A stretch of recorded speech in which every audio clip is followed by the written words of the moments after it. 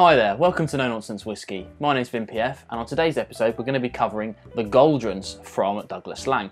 Now this is kind of one of their remarkable regional malts range, but it's slightly different to the other offerings in terms of it's a batch release rather than a kind of standard core bottling.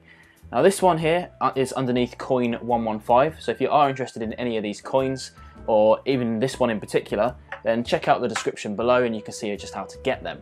So the remarkable regional malts range covers all the different regions in Scotland. So we have things like the Timorous Beastie covering the Highlands, we have the Big Peat from Islay, we have the Scallywag is in Speyside, the Rock Oyster, which is soon to become the Rock Island, covers islands in general, and the Epicurean is Lowlands. Now the Gauldrons is the Campbelltown blend.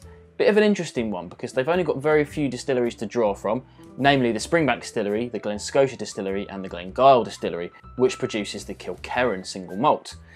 So they've got very few, and I think that they must draw from different percentages for each batch because I've understood them to be slightly different each time.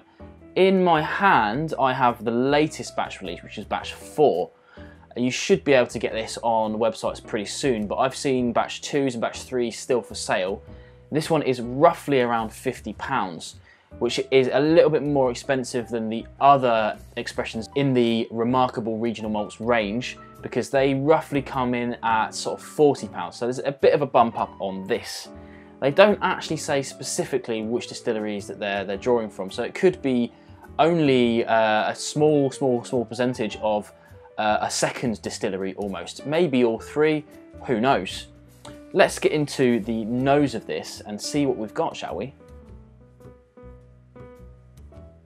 Now, straight away I noticed a kind of sweet but almost grassy nose on it. It's also quite biscuity in character. There's lots of kind of malt and cereal notes there. But interestingly, I'm not picking up any kind of peat smoke. And the reason why that's interesting is because I've read some reviews of the batch 1, 2 and 3, and especially on batches 1 and 2, most reviewers kind of note something about some kind of peaty element to it, and I'm just not getting that on this one. Let's try on the palate.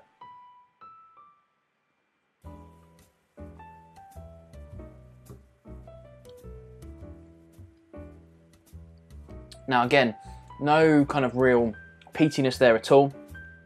More of them cereal biscuit notes coming through. Even just a touch of citrus as well, which is odd, but I like it. Odd, but I like it.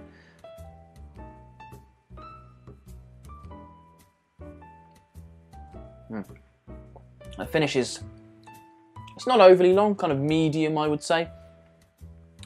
And it's a little bit spicy as well, a little bit spicy, a little bit citrusy. Really nice flavour.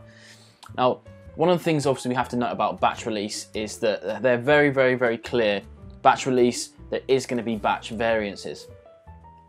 Now, Springbank especially do so many different things with their whiskies. They've got the 3 brands, the non-peated, the peated and the heavily peated. I won't go into those, but if you are interested, check out my Campbelltown playlist up here. I've covered quite a few Springbanks now, and the other brands of course.